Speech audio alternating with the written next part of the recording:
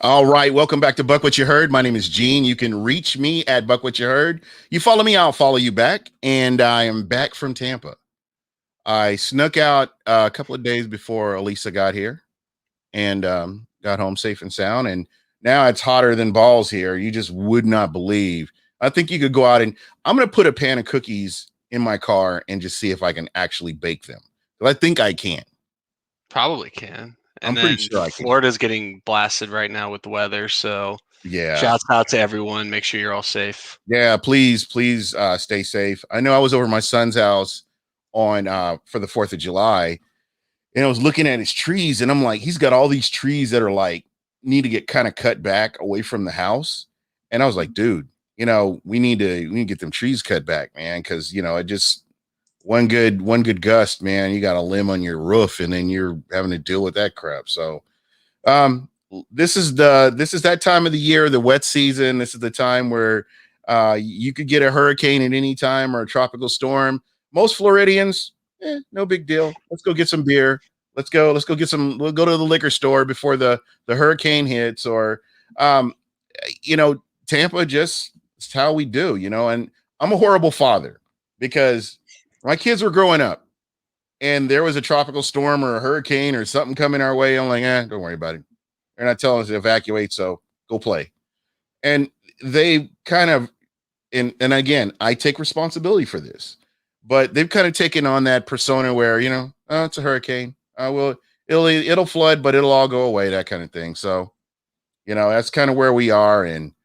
Um, and again, I had a great time in Tampa, and I'm hoping that everybody has power. I'm hoping that everybody is safe, and the flooding subsides, and because you do have those streets in Tampa that do, and you know.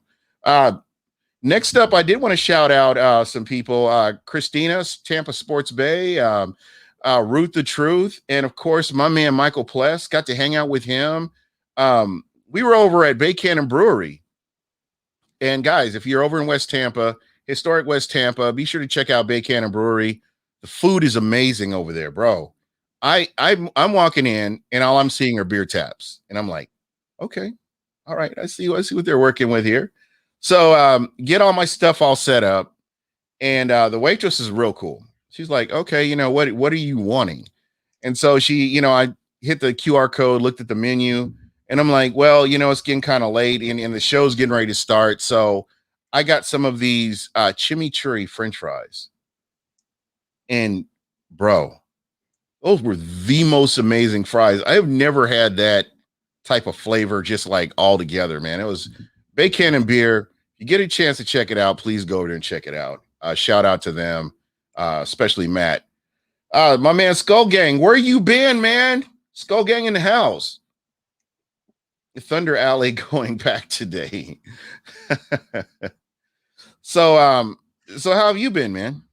Good. Just busy as always. Things just get more and more going, but we're always here every Wednesday. That's right. We make it happen, man. And so many headlines out there. I guess to me, what really struck me trending, because if you don't know this, you may or may not. I think we've talked about this. I'm a huge cryptocurrency guy. I'm huge. I mean, Yeah, huge Bitcoin, into it. Bitcoin, Ethereum, Litecoin, Doge. I could go Safe Moon. I can go on and on. And I think that's the way a lot of things are going. So me, I'm all about maximizing maximizing my opportunities. So really cool. Dre Long, what's going on, Dre Long? Um, the UFC just inked $175 million deal with crypto.com. That's huge. And it may not be huge to you, but I think the more you see crypto.com, the more you see cryptocurrency being talked about, it's the way of the future. I'm telling you. And it's easy to discount it because we all know, about the US dollar, fiat currency, and all the other good stuff. But this is big right here. So you'll see crypto.com on a lot of the boxers' trunks and a lot of their merchandise. So look for that. You're gonna see it. I feel like And I just missed out on all of that because I remember probably 7, 8 years ago, kids at Berkeley were talking about uh, what's the big Bitcoin. one? Bitcoin. Yeah. And it was one of those. I mean, I'm on a teacher salary. Like, I'm still in college. I got no money. Like, I'm not gonna go invest in some crypto thing. And obviously, I made out wrong on that transaction. But we'll see Well, how crypto listen, goes I'm overall. gonna give you an even better one. I've got a friend, and his name is Marcus. He lived in Miami, lived past tense. He lives in Portugal now. Um, he used to live with his mom, and I used to always make fun of him because he was mining Bitcoin. He had like 10 computers, living with his mom, never bathed. I mean, he looked like a scrub, and I used to always make fun of him. This dude right now is a multimillionaire. He bought a house in Portugal. He lives in Portugal right now. He doesn't do anything, but he travels and rides jet skis, and he just goes around. And he calls me. I'd say maybe once a week or once every other week. Hey, Gene, what are you doing? Are you working? I'm not working. I'm out here enjoying myself, because I used to always just clown this guy about Bitcoin. Oh, that's all you're talking about is Bitcoin. Your broke ass needs to get a job. And then next thing I know, this guy, he's a millionaire, a multimillionaire, and he never lets me forget it. So that's my experience with Bitcoin. And I wish now I look back on it, I wish I'd listened to him, because, geez, it's just worth so much money. I know it's kind of down right now, but it's still worth a lot of money, and he doesn't have to work, and I do. So, Well, are you a fan of the show Entourage? yes, I loved Entourage. So the creator Doug Ellen has a show that he does with Drama and E from the show, and they had Mark Cuban who guest on the show, obviously, and he had a good 5-10 minutes where he was just talking about crypto with them and basically how, and that was probably my big revolution of at least piquing my interest with crypto is Mhm. he talked about the exchange rates, like changing how banking is done and imagined. I Mhm. think that's what the biggest selling point to me is, because when I think of crypto, I think of someone can just close this at any point and then you're all screwed. You mean like the US So, dollar, like the US dollar. where you can just print more if you need it? Yeah, Yeah, basically, but it's all the same. It's all you're kind of yeah, but isn't that kind of a crypto? Aren't they just creating more and more and more and more and more, actually. splitting it up more and more and more and more? I would look into that, man. I don't want to make I this whole show about it, I'm but not gonna act like I do if you research on if you this. if you get a chance, just kind of check it out and just familiarize yourself, because you will eventually. Eric Moreno, Johnny Dean, how are you guys doing out there? Oh, Um, Will's in Paris. yeah, Will the from brewer. Paris. What are you doing in Paris? What kind of beer are you drinking, Will? Will the brewer? It's only like 3 o'clock his time. No, excuse me. He's ahead. He's like at Yeah. midnight. What am I What are you saying? doing up He's at so late, midnight. Will? Have you Yeah. not adjusted to the time zones? My goodness, that's late. I went the wrong direction. Yeah, there you go. One more thing that I saw that was kind of trending, was kind of cool, was I know Kurt Warner has a biopic coming out, American Underdog. I would actually want to see that movie. Well, him and Val Kilmer has a documentary about himself. He basically took a video camera when he was young and just filmed everything. And then now he has throat cancer and like can't really like speak at all. So that's a very interesting one too. So both of those I think are good little biopics to be on Yeah, the lookout absolutely, for. absolutely. So the Lightning are trending. They're close. Gene was on enough. I gotta put this up here. What happens in Tampa stays in Tampa. Plus, I made more friends than Well, I'll get to that later. But the Lightning, they can. I wish they would have closed the deal already, but it's close. I like your shirt. Again, shout out to Smack Apparel. Um, I'm gonna give people a chance to win a Smack Apparel shirt. It doesn't have to be Bucks. It could be the Bolts. Just there are some shirts out there. Smackapparel.com. Definitely something to check out their site. Shout out to Robbie. Robbie, thank you so much for the tour, Smack Apparel.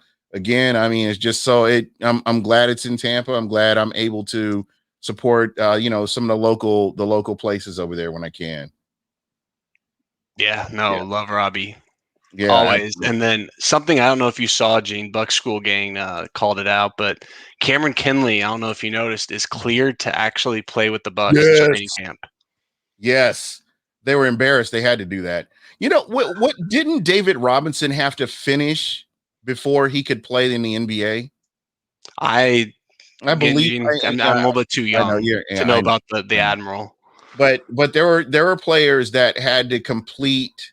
I'm thinking there were two players, but they had to complete their service before they could go into the middle, into the to the whatever sport. Which I don't know. I kind of see both sides of it. Normally, I would. I forgot who on Twitter. So if you're ever out there and listening to this, I'm shouting you out, whoever did it.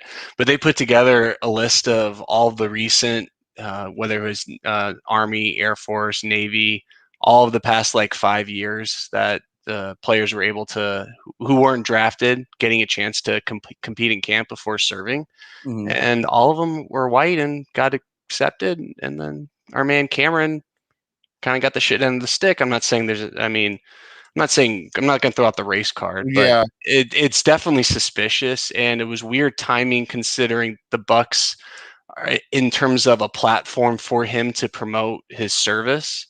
I think would be a great opportunity because from everything I read about the guy, he's going to be a high-ranking officer in the military.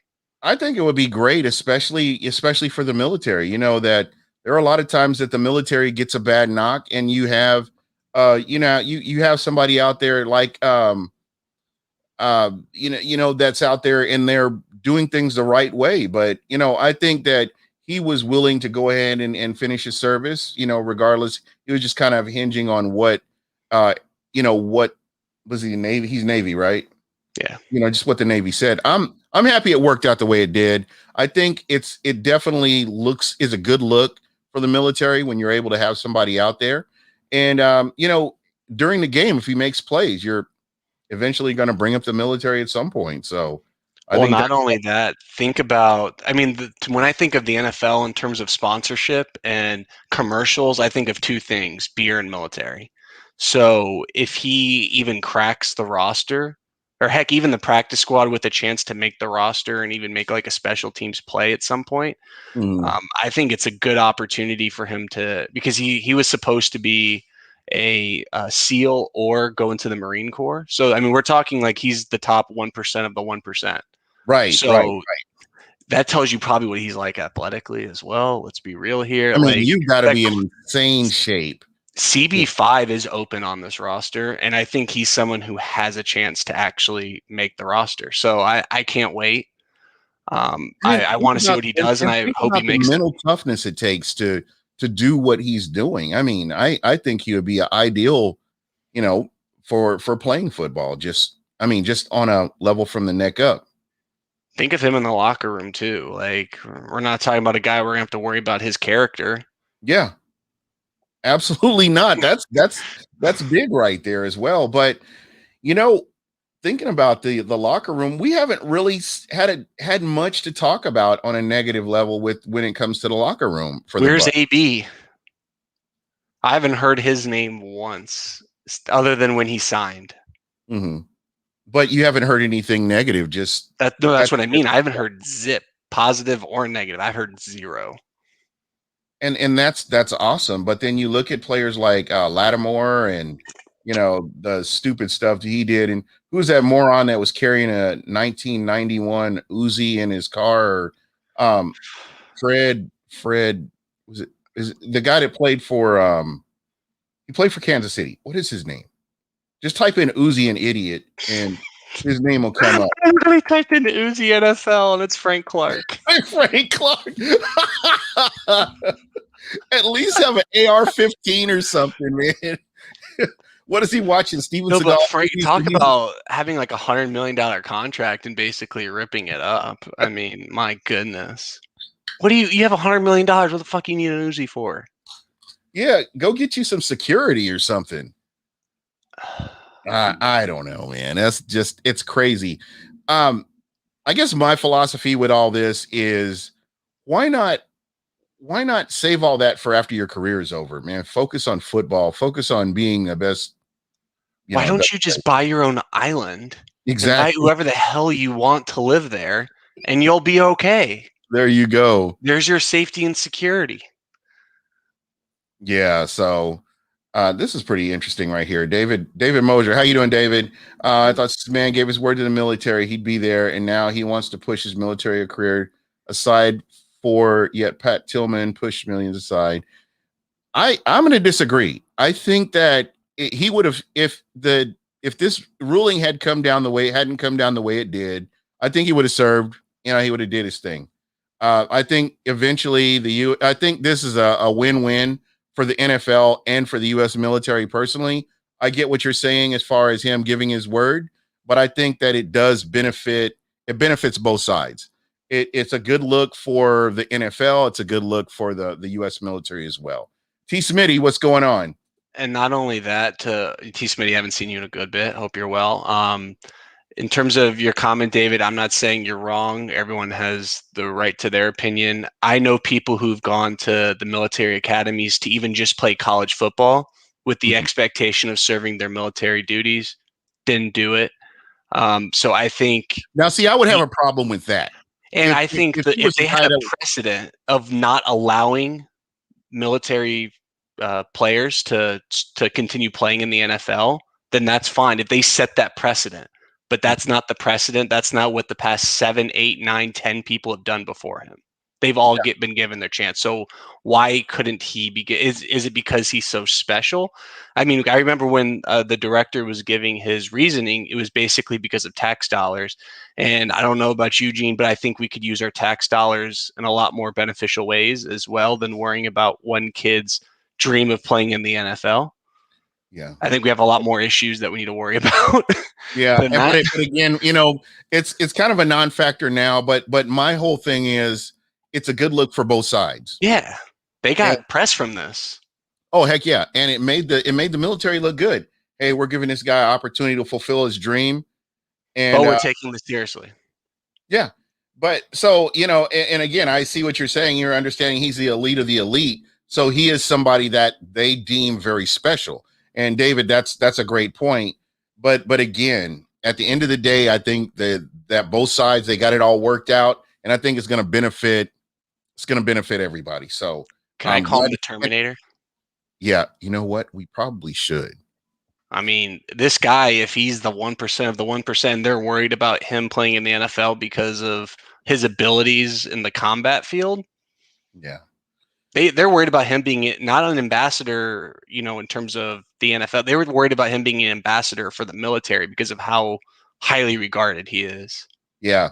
And and I see that side of it too. If he gets hurt or gets a concussion, there goes his military career after the NFL. But you also get a concussion by getting hit by a car or a bus or getting in a car accident. I mean, we saw what happened to what's his face from LSU, not Kevin Minter or Devin White. What was his name? But yeah, he got in a car accident in Louisiana after having a really good rookie season. His career was over. I mean, you can literally end your career. You can get an injury, situations occur outside of the field for injury possibilities. So, I mean, I'm not worried about him getting a concussion. I think he's the type of guy who has that, that mentality. He's not going to have probably a 20-year career. He might get his cup of tea with the Bucks. Hopefully, maybe if he doesn't get on with the Bucks, catch on somewhere for a year or two, then he's probably going to serve. That's just and my thing is, you bring the military up in conversation, and that's going to lead to more recruits. And it may, even if it's one or two, as more recruits, more people looking to join the military just based off of that. So, we see it with other players in terms of religion. So why can't we do that for military service? Yeah. So. Like Tim Tebow, think about what he does for the Christian community in the NFL. Yeah. Again, he's going to be an ambassador for the U.S. military. Yeah. And, as I said, it's a win-win for everybody. So I'm good with what he's got going on. So, I wish Pless was on here because I do want to talk about what a great time. I had a blast at the Anchor Bar over in Tampa where we watched the Bolts win, and that was fun. I wish you could have been there, bro. Shout out to Ruth the Truth. We were in true story. We were all hungover the next day. It was bad. It was bad. If you ever meet me, Gene, alcohol doesn't affect me. You're impervious. You're impervious to alcohol. Okay. I am. I will remember that.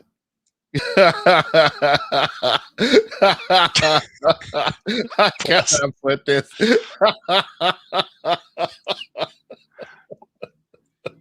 We shall If Plus see. does come on, we have to talk about Jordan Love. That's all I have to say. Yeah, we have to make this happen. And then also, that's right, David Robinson was in the reserves. That's right. That's right, and that's why it worked out for him. But again, man, like I said, it was just a good look for the military to do it the way they did, and I think it's just a show of goodwill. And I really believe that they'll benefit. Everybody benefits from this. Yeah. So, I mean, heck, we're talking about this. It's a conversation topic, probably not just by us too. Yeah, I'm sure, it goes back and forth. And David Mosier, thank you so much. I appreciate you putting your opinion out there as well. And, like I said, I totally get what you're saying. The one thing I love about this show is, regardless if I don't agree with you, I want to hear your opinion. It's always good to be able to have that adult-like conversation and understand where somebody else is coming from or understand somebody else's thinking. So thank you so much for doing that.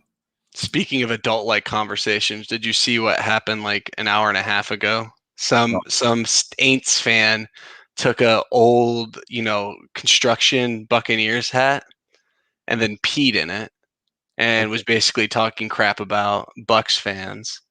And it's going crazy on Bucks Twitter, and it's quite comical. You should watch it after this video. Is it funnier than the Jameis drills? That's tough. It's not as funny as the video of Jameis doing the hip, the karaoke. Okay. It's not as funny. It's funnier than that, but it's not the one where he's going up and down against the things and the trainers. Did you see the guy that was? I was going to do this while I was in Tampa, but I decided against it. Where we were doing the guy was doing the drills and he tripped over the chairs and.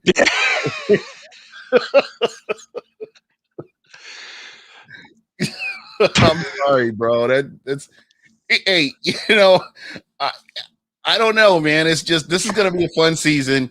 I think these folks realize that we got Jameis Winston and we don't know what Jameis Winston we're going to get, and that's kind of why. That's if you get Jameis Winston. That's if you get Jameis Winston. You don't even know. And again, I have put this out here, and I'm waiting for somebody to just respond to it. I mean, the fact that he has to compete against Taysom Hill for the starting position for the New Orleans Saints, pretty much. And Taysom Hill's making 3 times the money he is. It's not so much about that, but it's the NFL, man. You can't spend $15 million extra on a position and have them not be your starter. Plus, what's going on? What's going on, fellas?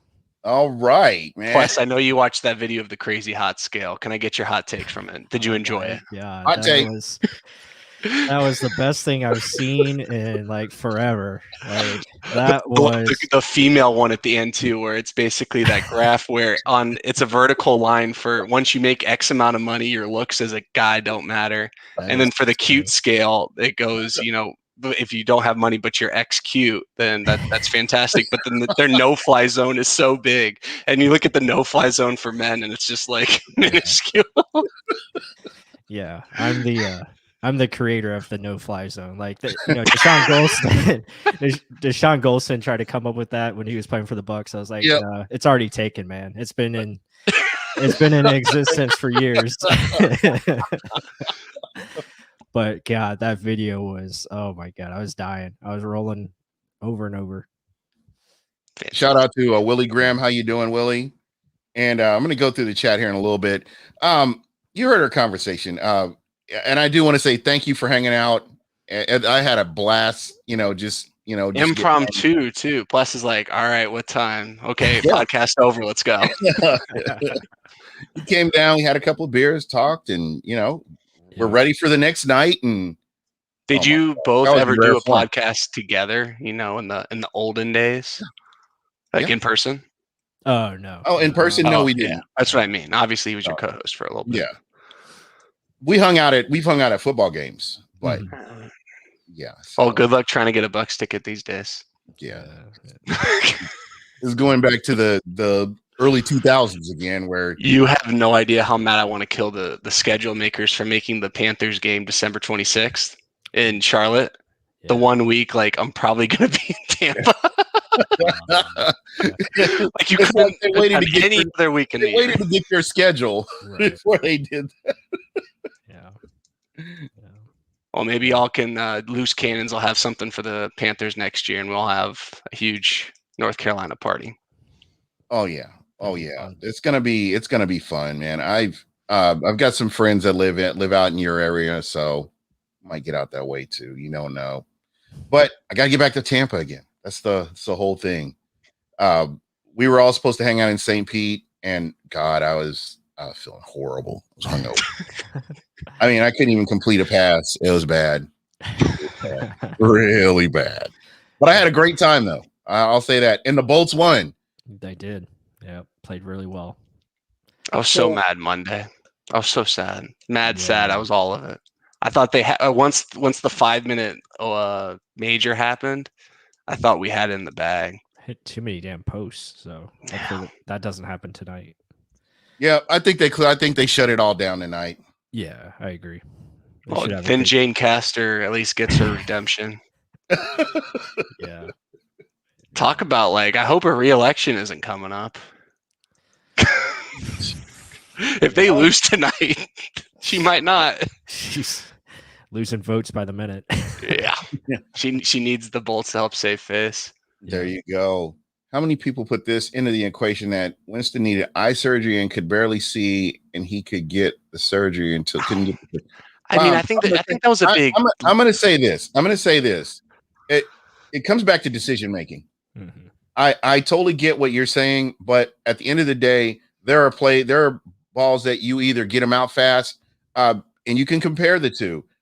Tom Brady getting the ball out as fast as he is, just dissecting a defense and deciding what he needs to do and getting the ball out. He helped his offensive line. He's done quite a bit for him.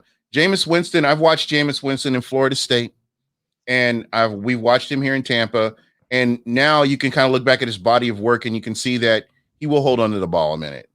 And he's not good at reading defenses he's not as good at reading defenses as he should be. A player that's been in the league as long as he is. Plus, I'm going to start with you. What do you think?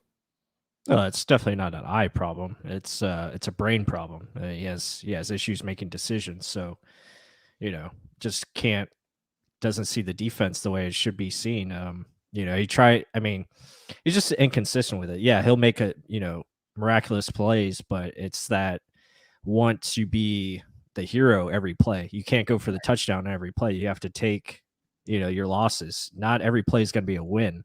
So you have to understand that, punting the football is okay. It's just you kind of have to depend on everybody on the team to win. Yeah, it's using your teammates and bettering yourself because of it. Allowing your teammates to have success, not just you doing everything. Your teammates have a job to do. Your job is to get them the football. So that's what he needs to focus on. And I'm sure he'll be a little bit better with, Sean Payton coaching him up. And, Sean Payton's going to put him in a position where he pretty much takes the decision making out of his process. I think that's what you're going to see. So he's going to find ways to make it 1 to 2 reads and get the football out quickly. And we'll see if he can execute it. Yeah.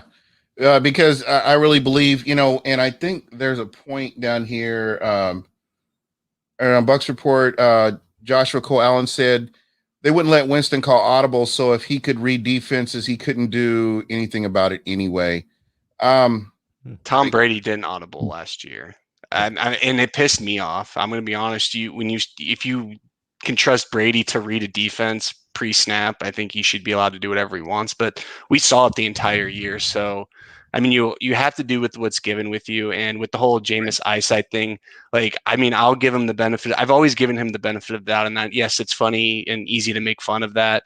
But as someone who's young, I'm basically his age. I mean, I got an eye test a year ago, and let me tell you, it was not pretty. I've never seen so much blur in my life.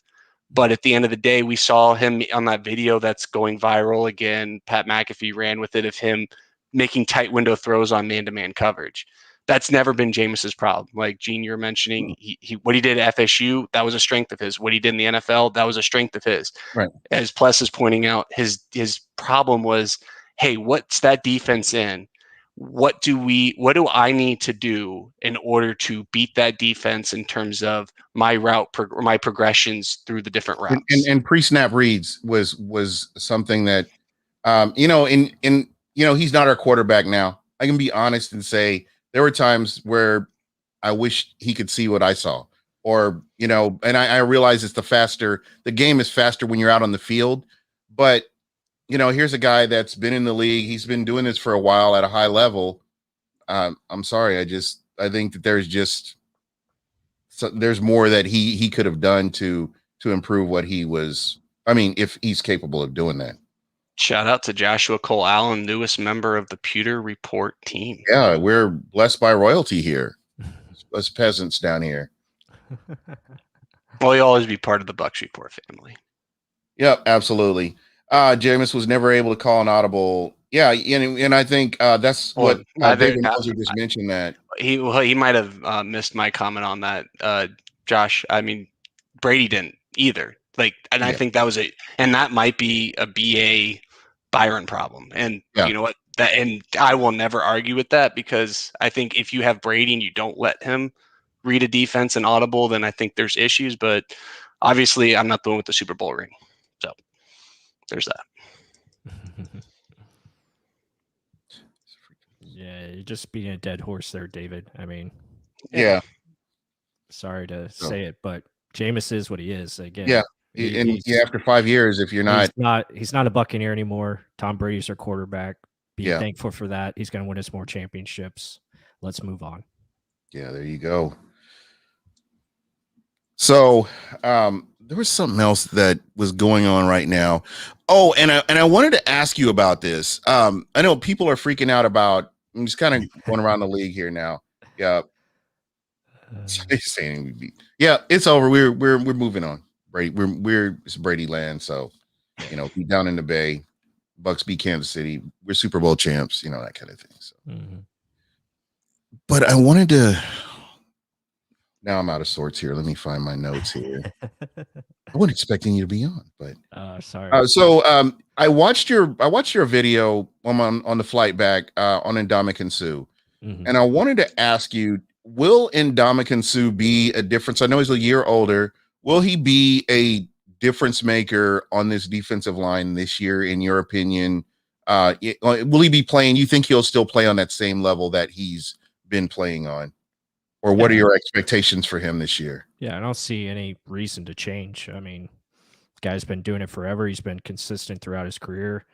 He's always on the field. So, yeah, I don't see anything happening where his play drops off. I mean, dude's just an animal of nature. So, yeah, and it's something that you weren't. It's as people start to decline a little bit, but I think his play has remained consistent since he's been in Tampa.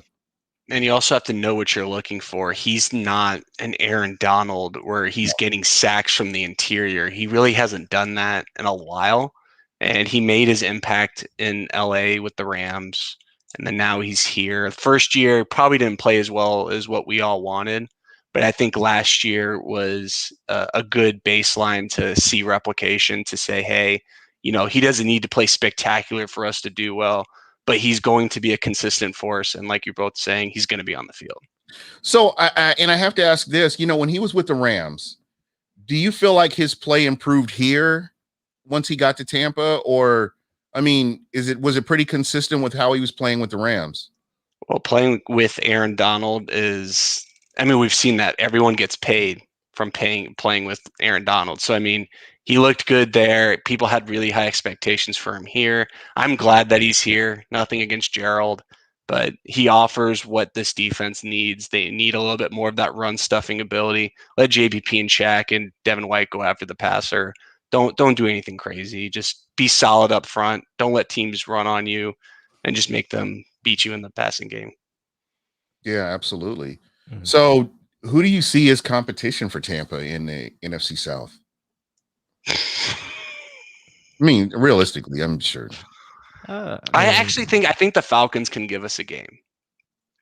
I think the Falcons offensively offer enough at their stadium. I'm not saying in Tampa, in a home environment where they can.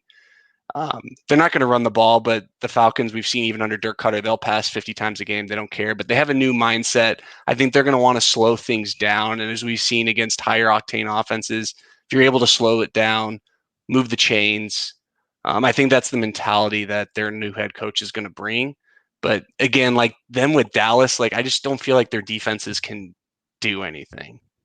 I mean, Grady Jarrett's awesome. Deion Jones is awesome, but like that's it. So what is your honest opinion about Dallas? I'm glad you brought up Dallas because I know that's the first game we're playing. And everybody that I've talked to is like over the moon about Dallas getting Hard Knocks and now you're going to get to see them play against the world champions first game out of the gate. I mean, what are your thoughts on the Dallas Cowboys team? I had Dak Prescott on my fantasy team. Thank you, KB, by the way. I did draft him, but I'm sorry for that. But I mean, it's all good. He just got injured. He was like number one quarterback before he got hurt. I can't control that. But I think that Cowboys team is just a fantasy player's dream. But if we're going to stay in fantasy, you're never going to want to own that defense. We saw it last year, whether Dak was playing or not, they're giving up over 30 a game. And it's kind of sad to see. And they invested more resources into their linebacker position. Good luck playing 3 or 4 linebackers against the Bucs, especially if they don't rush the passer, excuse me. So it's going to be a long night, I think, for the Cowboys. It's the only way I see the Cowboys win if it's 40-33 or some crazy score where they just outscore us. That's the only way I could see that happening. Yeah, when you look at Dallas, I mean, it's led by Mike McCarthy, and Mike's been a very good offensive coach, but the theme with his teams are defensively, it's just not very good. It's let him down a lot of ways. I mean, that was the case with Aaron Rodgers, and it's still the case. Defensively, they just haven't ever figured it out. Right. And you look at Dallas, same thing. They have a couple of players on the front that can rush the passer, got a couple linebackers that can do some things, but back end is not good. And they're just not consistent, and the scheme that they play is not really going to fit what they like to do. So it's going to be trouble for them. And then going up against a Tampa team that is all together, knows what they're doing scheme wise, defensively should be better, has a consistent front 7 that can get after Dak Prescott and test that ankle. So I think it's going to be a long night for Dallas. Sorry for Ruth if you're listening to this. I know that's your team, but man, she's awesome. We got to hang out with her too on Friday, and she knows her stuff. So but yeah, it's gonna be a rough week 1 for Dallas, in my opinion. Well, and they're going to play that cover 3, but you know what they're missing? They're missing Richard Sherman. They're missing Earl Thomas. They're missing Cam Chancellor. They don't have. I'm not even saying they even have borderline represented in the MLB. They have the wins above replacement for players. The Cowboys secondary is below that line of what would be considered a AAA to MLB rated player. Same issue in Atlanta. Dan Quinn. Yeah, exactly. He could never get those guys. They couldn't replicate what they tried. Yeah, they tried and couldn't get it done. So. Yeah, what makes you think? I think they had more talent on Atlanta's defense while Quinn was in Atlanta than they do in Dallas currently. Right. Yeah, you're because Deion Jones, I think, is better than even any linebacker that they have there, and they have a couple decent linebackers. Like Van Der Esch is okay, Jalen Smith is good, and I forgot the guy that they drafted in the first round this year, but he's not even going to play. Michael Parsons is amazing, but he's the third linebacker. Yeah. I mean, he's not going to play against the Bucs. Yeah, it depends how they're going to utilize them, but yeah, I don't see them. I mean, unless they're going to some type of 3-4 that we don't know about. I mean, they have to be probably 3-3-5 with one of those linebackers blitzing. But good luck playing 3-3-5 against the Bucs. Yeah, I mean, shit. Who's that third linebacker going to be on? The Antonio Brown and then you look at their Gronk or OJ. Their tight end core will be, the Bucs tight end core will be 100% healthy. So yeah, I mean, God. Again, Gene, I told you, get the shirt ready. Wide ass open. It's Smack Apparel, get it ready. Smack Apparel, wide ass open. We ate. Just give Michael Pless like 10% of each shirt for like 2 years. That would be kind of cool, though. You've got all the wide receivers and the tight ends, and he just says wide ass open. You know, that's that Bruce Arians. Yeah. Hey, David Moser had an interesting question. How much help do you think Sue did for Big Number 50's career?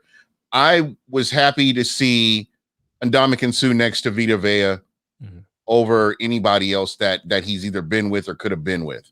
And I'm just going to leave it at that. And I'm going to say that I think that his mentality, his approach to the game, his professionalism, having grown from all the stuff that he was doing, you know, the early on part of his career, he's, you know, really matured from that and become an amazing defensive player, you know?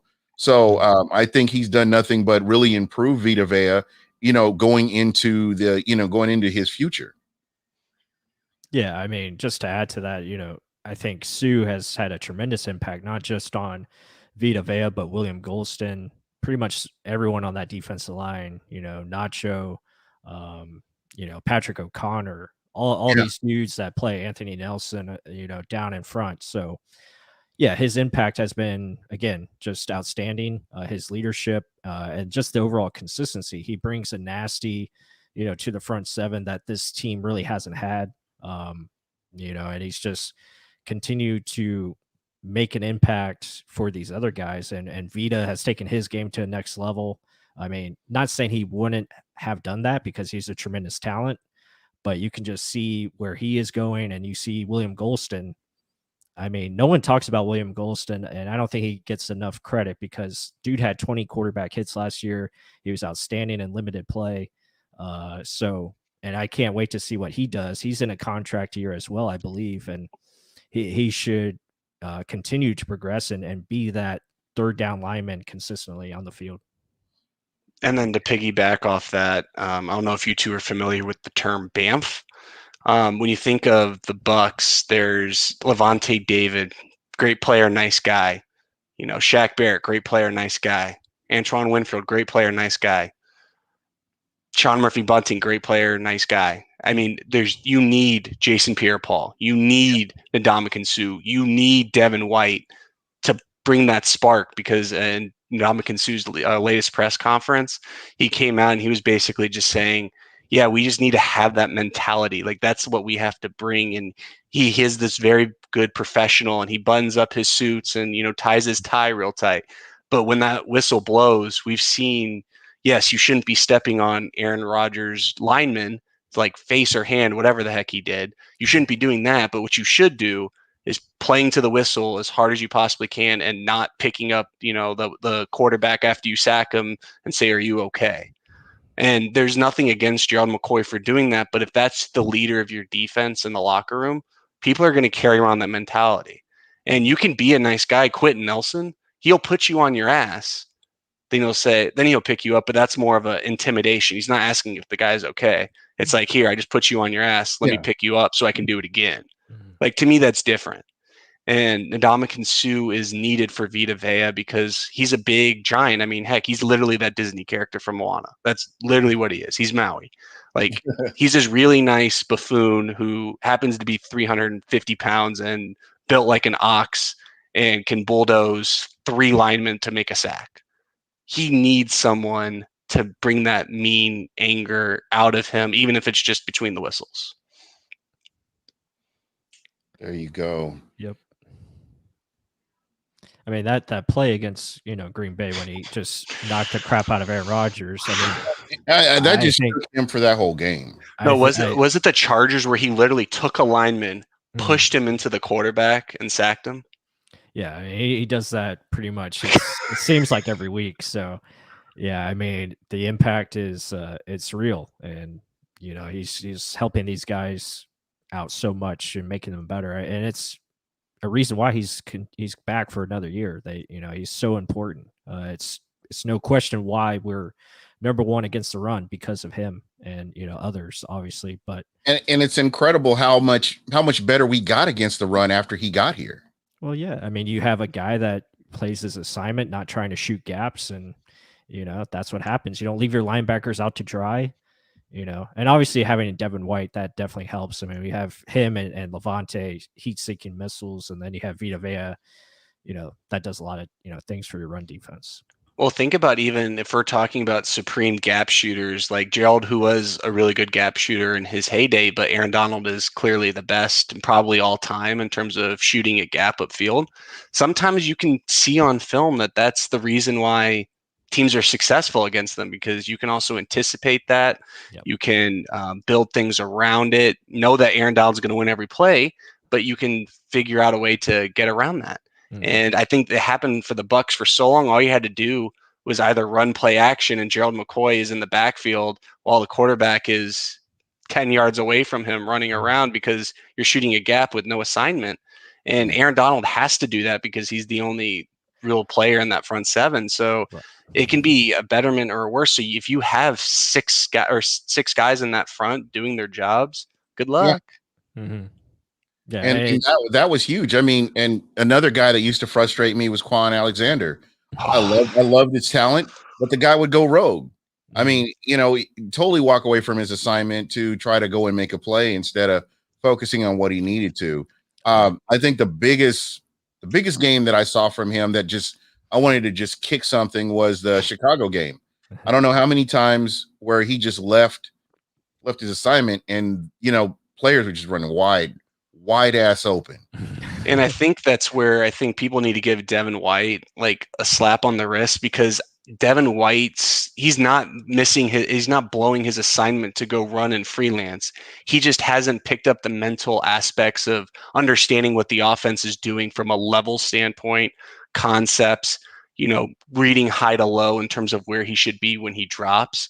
Like that's Devin White. And we saw in the playoffs, he somehow figured that out in 3 weeks. And I hope he rolls that over. But that, like when we talk about linebacker play, Levante David between Quan and Devin has been basically the garbage man. He's the one who cleans up everyone else's messes. And if Devin White can not leave any messes because he figured it out, I think this team is going to be unstoppable in that front seven. Mm-hmm. So I'm going to ask you both, who's a player that you're looking for to make the biggest jump this year? And plus, I'm going to start with you. Yeah, I mean, I guess I can stay on that Devin White theme. I think he's going to take another massive leap. So, yeah, I guess I'll go with him because I feel like he's going to continue to progress and just get better. It's funny that, you know, we talk about him and me and Mark were doing film studies of the Minnesota game last year. And we were just like, what is Devin White doing? Why is he spinning around sideways, going left and right? No reason to do so. But he was just continuing to be lost in coverage. And it was funny to watch because, you know, he's doing his best, but just wasn't working out. And then when he went down with the COVID and whatever he watched, you know, against whatever he ate, whatever he drank, keep doing it. I mean, whatever Gatorade flavor he was drinking or whatever it may have been. I mean, the tape that he must have watched and went back and reassessed, man, did he learn. And my God, that Saints game, I can watch that all day because he was perfect. Like, yeah. And then throughout the playoffs, the rest of the way, he was no missed assignments. He was in his gap. I loved how he handled coverage, pass coverage too. I didn't expect that. Right. I mean, he was feeling wide receivers. He was passing them off. I mean, everything you want from the middle linebacker. I mean, he read Alvin Kamara's route better than Kamara did. Yeah. And and Alvin Kamara to me is a top 2 running back in the NFL. Receiver wise, yes. Yeah, absolutely. Yeah. He's a hell of a route runner. Yeah. I think he's a hell of a runner too. I think he's probably a top 4 or 5 even runner, because there's some really good guys. I mean, obviously Derrick Henry, Saquon when healthy, McCaffrey even. McCaffrey's right up there, yeah. But yeah, Devin White would be my guy. So I feel like he's just going to continue to skyrocket. All right, KB, who you got? You're rearing his shirt, Gene. Antoine Winfield Jr., man. I mean, he played amazing last year. I think he played like a 3-4 year veteran last year. And I think he's going to keep that up. And there's no reason to anticipate him, you know, slowing down. But I don't think he got the media recognition he should have gotten last year. I think in the playoffs, him and Whitehead were playing with bum shoulders. They were all taped up. You could see it. Wasn't 100% healthy. Still did an amazing job. He forced that fumble on Jared Cook. Great play, but still gets overshadowed by even Devin White and his couple turnovers in the playoffs. But he just didn't splash. He didn't, for a free safety, he didn't have those 4, 5, 6 interceptions, couple forced fumbles, make that all-pro, Pro Bowl like type hype. And I think this is the year for him to do it. I think there's not going to be the reason for him to, worry about having no off season, to understand the playbook. Everyone in front of him's back. He's the guy who's basically the communicator on that back end. Right. He's the one who's going to be single high by himself. But now if Mike Edwards, I think is if we're going to throw out like an underrated player for next year, if Mike Edwards gets on the field more, that's going to allow Antoine Winfield to play closer to the box, blitz, be a little. That's his strength. That is his strength. Yeah. So I love both of the picks. My pick's probably not as sexy as you guys', but Tristan Wirfs. I'm really looking forward to seeing him. What is he supposed to do? Allow 0 sacks, Gene? What's the buffer there? I mean, he allowed 1 sack. How much better can you expect the guy to be? If Tristan Wirfs, if you allow 3 next year, you still should be a Pro Bowler in my life. Yeah.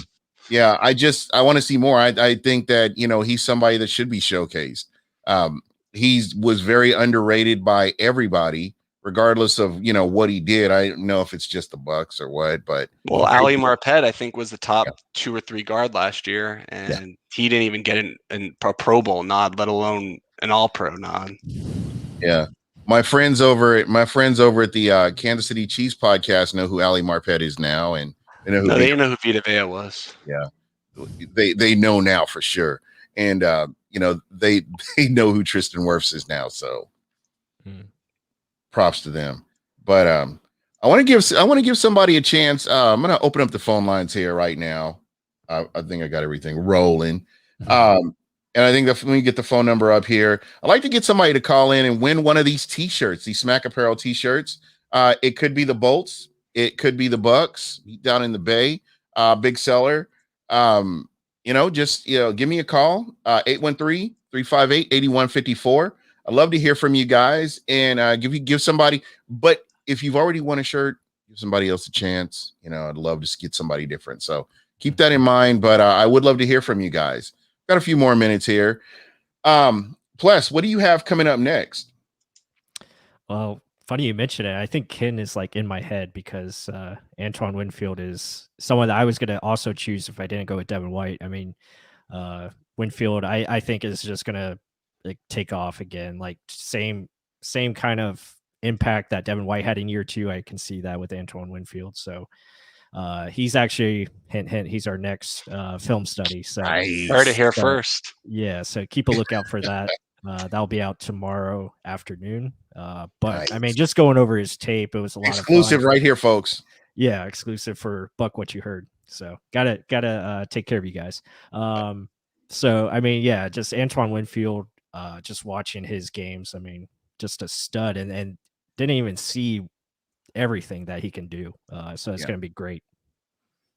Yeah, I'm that's what I'm really looking forward to, and hopefully we can, get that one. I'll definitely be talking about that on Friday and next Wednesday as well. He's one of my favorite players. I love what he's done. I thought he was like one of the steals of the draft, and I think if they did a redraft, where would you see him going? How high would you see him getting to? He'd definitely be in the top 20, I would say. I mean, he was. He would have never skipped. See, safety is what makes it so hard. It is hard. Because it's depends on who values. Yeah, what, and which helps him that he's a ball hawk. Right. Whereas, for instance, like, no, sorry. All right, you are live on Buck What You Heard. Who are we talking with? This is Johnny Dean. Johnny Dean, what's happening, man? What's up, Johnny? What's up, guys? Hey, tell us what's on your mind. I'm gonna give you a chance to win a shirt tonight. What's on my mind? Well, you guys were just talking about who's going to be an impact this year. I think Levante is, man.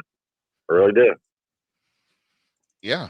Finally get him some recognition. Speaking really quick, James Yarko of the Locked On Bucks podcast took a picture with Vita Vea right in front of Emily. Vita Vea is going to be in the house tonight, boys. We're winning. We're winning.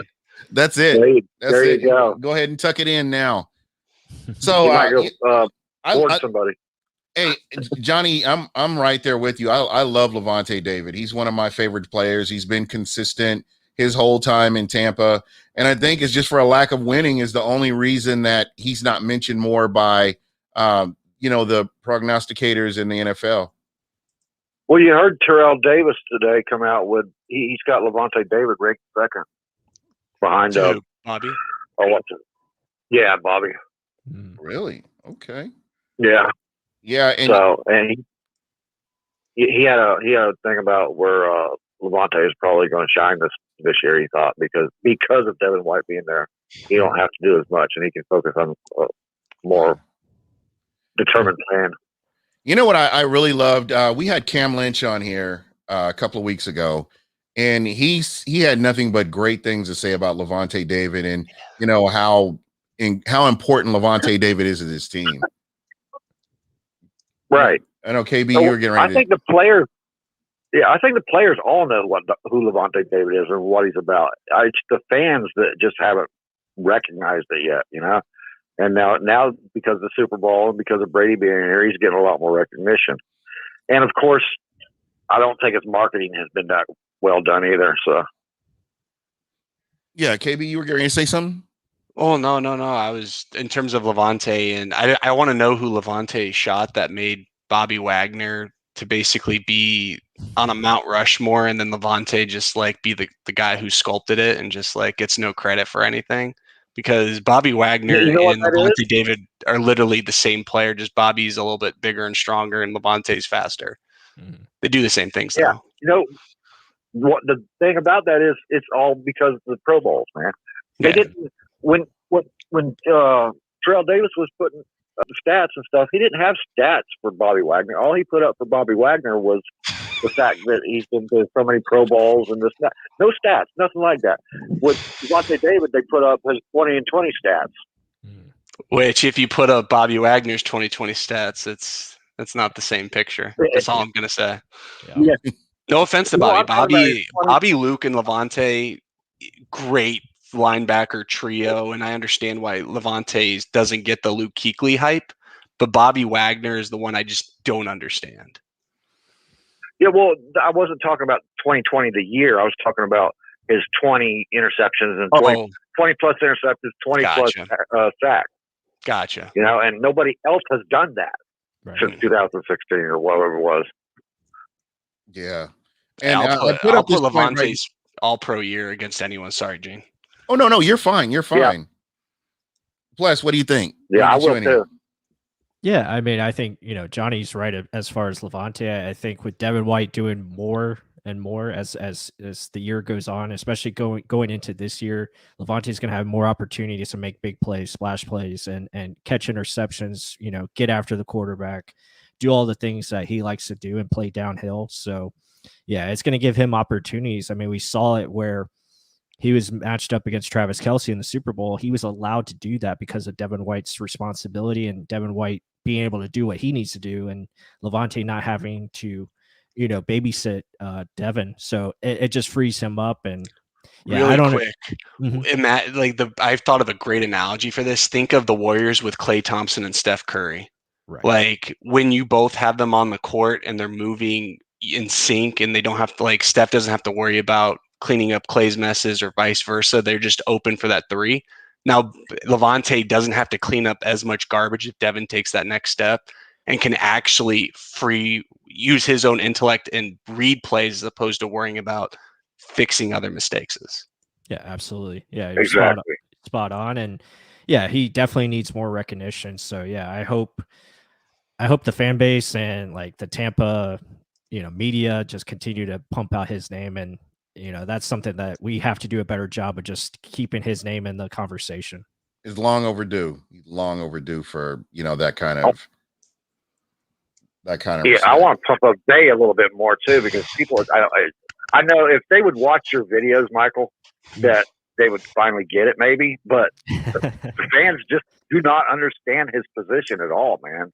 No, they don't. It's tough, Johnny, because if you go back to his draft year in 2018, I was on board, right away, early January. It was either him or Quentin Nelson. And, And I continue to talk about Vita Vea, and yeah, he doesn't get enough credit. Again, he's only shown so much. So like right now, I mean, he's only shown a little bit. Like we haven't even reached the surface yet of what he's capable of, and hopefully he can stay healthy going forward and play a full season. And sky's the limit for him, though. And the big thing is how important he was to the secondary also when he was out, because right.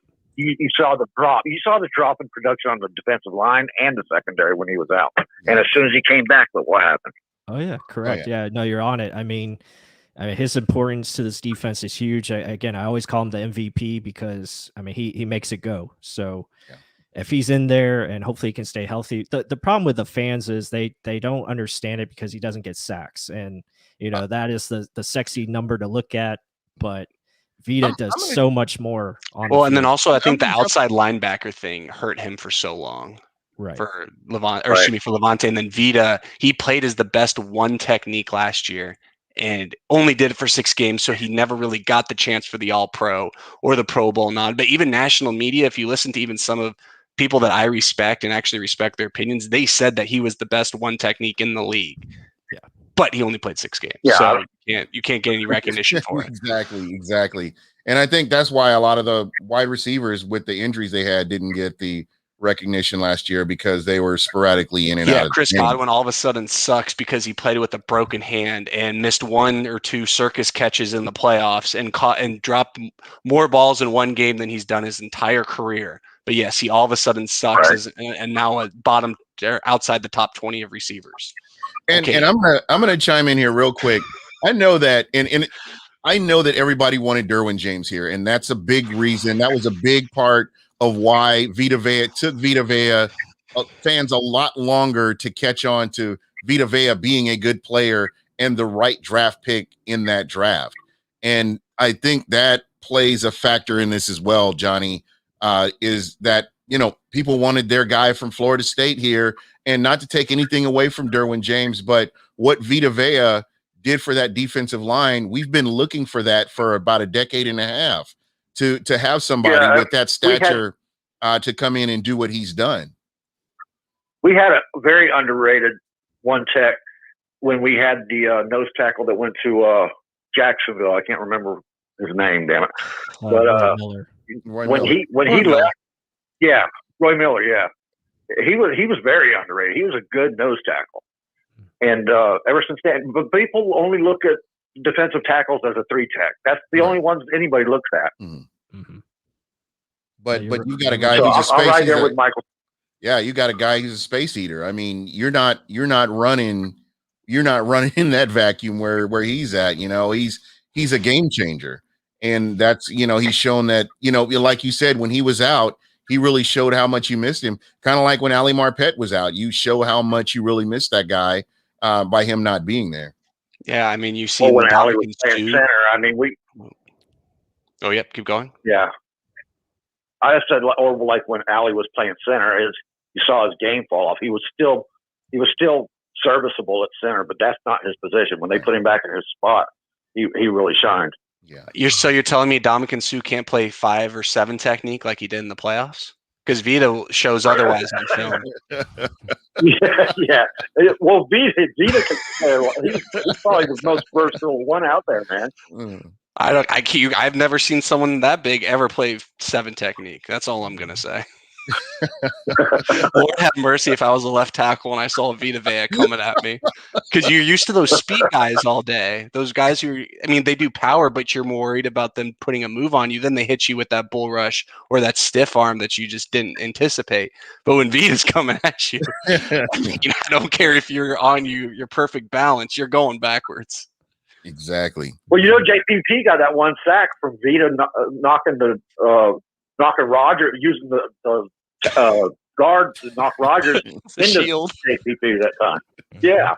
It's hilarious, man. No, Vita literally was like this for like a solid, it was like 6 or 7 yards, but for like a solid 3 or 4 seconds, the Vita consistently pushing this guy further back, and Aaron just sitting there not seeing it, and then boom, he gets hit, spins right into JPP. It was beautiful. What can you do? He used him like a cop uses a riot shield. That big human running under 5 seconds in a 40-yard dash. That's all I'm going to say. That's crazy. That's crazy. So, Johnny. All right, guys, I'm going to let y'all go, man. Johnny, real quick. No, you got 1 minute, Johnny. You got 1 minute, my friend. I'm going to give you a chance to win a Smack Apparel t-shirt. You know, you can get one like this one, Beat Down in the Bay, and, you know, the iconic peace sign, Tariq Hill. I do want to get you something for calling in. I really appreciate you doing that. So what I have is I've got 10 questions, NFL related, and you answer those 10 questions in under 60 seconds, and you got yourself a t-shirt, bro. Under 60 seconds. Oh boy. It's gonna be just go. Just don't talk after your answer. Give your answer, and then just be ready for the next question. The trick is there's no wrong answer. It's basically your opinion, but people don't catch on to that. All right, let's go. All right, you ready? First instinct, Johnny. Whatever comes to your mind, just say it. All right. So I'm gonna ask the first question, and then I'm gonna start the clock. Okay. All right, here we go. Yeah. Trevor Lawrence and Urban Meyer make the Jags an instant playoff contender. Buy or sell? Sell. The Colts are the most underrated team in the NFL. Buy or sell? Oh, I can buy that one. Oh man. Buy? Yeah, I'll buy it. Yeah. Browns win their division. Buy or sell? Oh, is there a medium? I think it's a toss-up between them and the Ravens this year. And here's the better one for you, though. I will take the Bengals over Steelers this year. All right. And the Raiders win the AFC West. Buy or sell? Sell. The Derrick Henry or Julio Jones team MVP. Who you got? Henry. The Dolphins will compete with the Bills for the division championship. Buy or sell?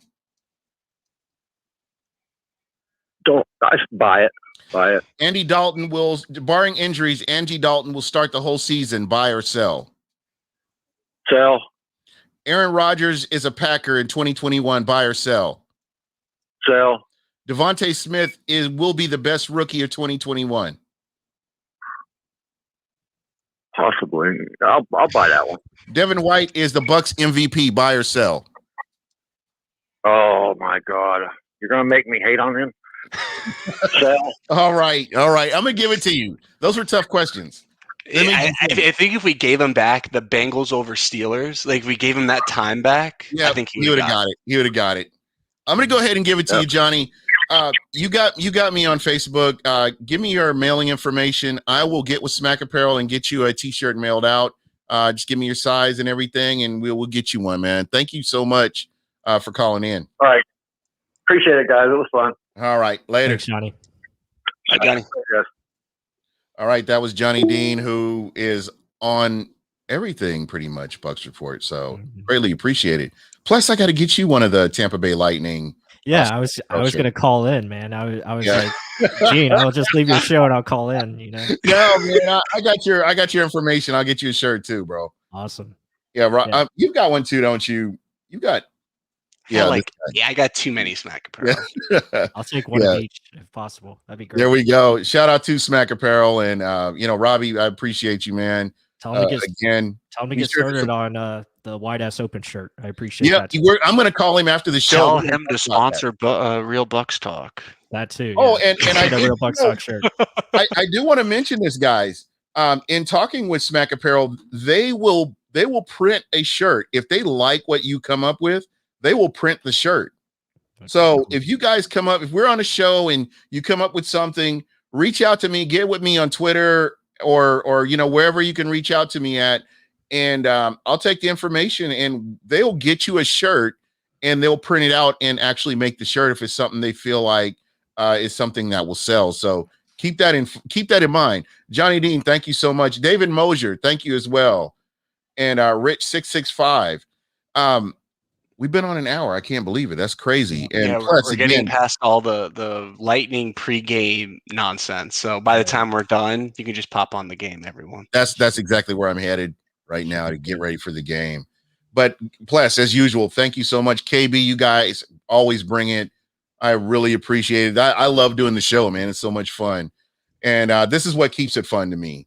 But I'm going to get your final thoughts, Plus, and we're going to roll up out of here. And then KB, I'll get you.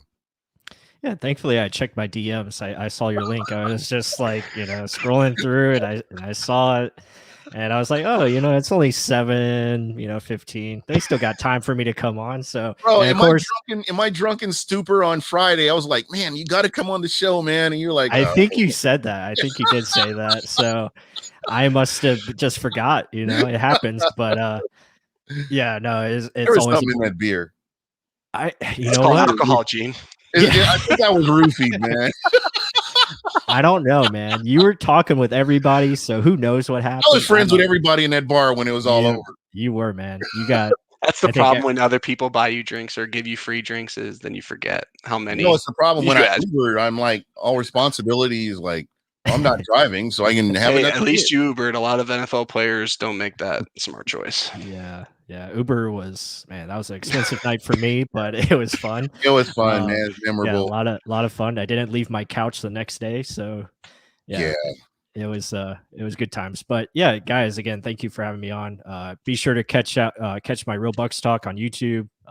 Me and Mark, we do a podcast every Monday, 9 p.m. So be sure to check that out. We have a great video coming out tomorrow afternoon. Antoine Winfield Jr., as I already said. We also have Carlton Davis, Rob Gronkowski up. So a lot of good videos up there on the channel. So be sure to check that out.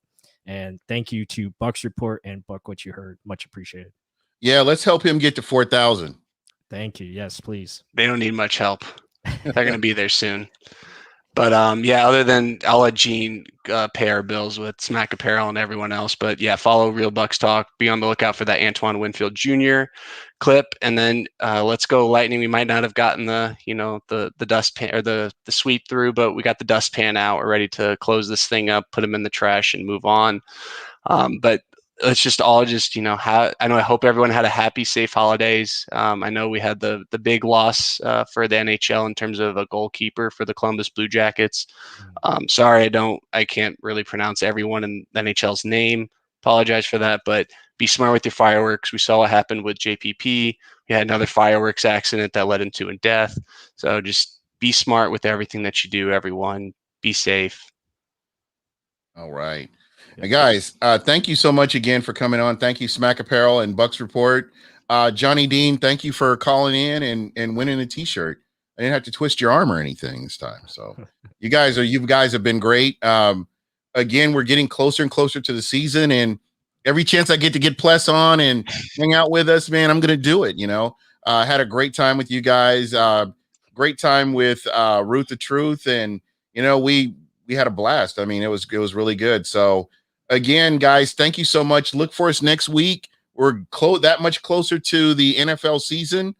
Hang in there with us. What is it, 9 weeks? 9 weeks till week 1? Yeah. That's not bad. I'll take it. All right. 9-10 weeks, something like that. Yeah. So be sure to hang in there with us. We're getting there, and we're going to go ahead and close it out. You guys have a great night, and remember, keep checking us out. We're out.